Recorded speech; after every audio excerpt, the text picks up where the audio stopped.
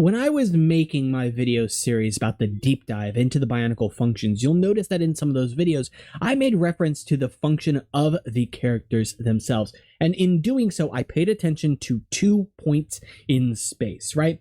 This point here, the pivot point on the arm of one of the characters, and what I called the center of gravity. For the sake of the weapon, that is going to vary, and of course, when the weapon is in motion, it's going to vary slightly, but the point being that I'm just caring about 2 points. But why? Well, honestly, a fun quirk about geometry is that basically, whenever you're worried about a connection between 2 points, you just need to draw a line between those 2 points. That's really, honestly, what matters. And though this is not a quirk you get to see all that often in LEGO System, it is something that you can experiment with for yourself with LEGO Technic. So when I take a piece like this here, for me, it's important to know that this is a 5x3 L-shaped lift arm, right?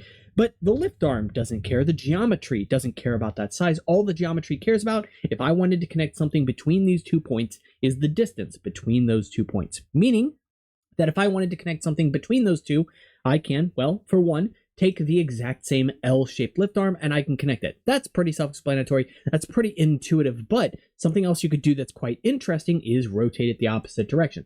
Again, fairly intuitive, fairly straightforward to understand. Now, what else is interesting is I can rotate this yet again and connect it like this. And on first glance, that might seem a little bit confusing, but it does make sense. The distance between these 2 pins that we were connecting before has not changed. So why would this care about the orientation of that piece? That's the thing. It doesn't. And this is actually something that can be quite useful when you are building, but it's not something that I see, honestly, even LEGO experiment with as often as I think they could. Not that that's a bad thing, they don't often see themselves running into a situation where they may need to do so, but another build that I made, which is fairly simple, is this one here, the exact same thing, essentially. And again, as long as I take any sort of assembly that can meet at those 2 points, like this one here, you'll see that it will connect. Straightforward. And in this case here, I have this line here for a little bit of an exaggerated display. But what ends up being interesting is when I remove that and it takes the pin out with it. So I gotta finagle with that pin and make sure everything works correctly. What else I can do is I can connect it like this. And suddenly you can see that orientation has changed. So we have adjusted it by a certain amount of degrees, and that can be actually pretty useful. It can get things locked into a very specific angle that you may otherwise not be able to do. This is something I see LEGO do on occasion, but honestly, again, not as often as I thought they would. This can be a very interesting way to attach panels to a build, to orient them in very specific ways that might be otherwise difficult to do on your own. And it's a fairly straightforward sort of principle to understand. So long as 2 points are the same distance apart, they really don't care that much about the orientation of the connection itself. So long as the actual connection is, oriented in the same way, meaning this pin is going in that direction, this pinhole is going in that direction. It's not going this way towards the camera. I think that makes sense. So that's kind of why I brought it up in those videos. Now, as I mentioned, for the sake of the video, and I am not an engineering student or anything like that, so I know that I'm not using the exact proper terminology for this, but when this weapon moves, obviously the inertia is going to change the balance of something like this a bit because of where that mass is going, and of course take into account all of the other pieces that are moving as well, right?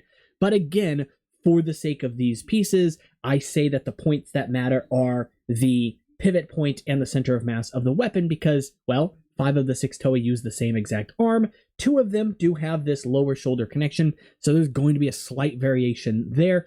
But of course, the weapon is really the thing that changes the most. It's what affects the center of mass or center of gravity the most. And so that's why I mention it. Whether or not it's moving, it doesn't matter a whole lot because it's relative at the end of the day. So it's just relative to the pieces moving in general. All we need to know is generally where things are. That should, in essence, give us an idea of how they're going to perform. So yeah, that's pretty much everything I had for this video. It's a fairly straightforward one, but I would really implore you to play around with your LEGO Technic parts. And the fun thing is too, it doesn't even need to be a part with a 90-degree angle. Any angled piece will work. You can make even some more complex assemblies, and so long as the points between connections on part A and part B that you wish to join are the same position, you should be able to rotate them in several different directions. I believe at least 2 and then the mirrors of those 2, but anyway, it doesn't matter. So hopefully you guys enjoyed this video. Hopefully you learned something from it. And of course, I hope you go out there and experiment with it on your own. Make sure to leave a like and subscribe because it helps the channel out. We hit 2,800 subscribers today. So thank you all so much for that milestone. We are just 200 away from 3,000, which is insane. What can I say? You can check out the links in the description for Instagram, Discord, and Patreon. And I'll see you all in the next one. Take care.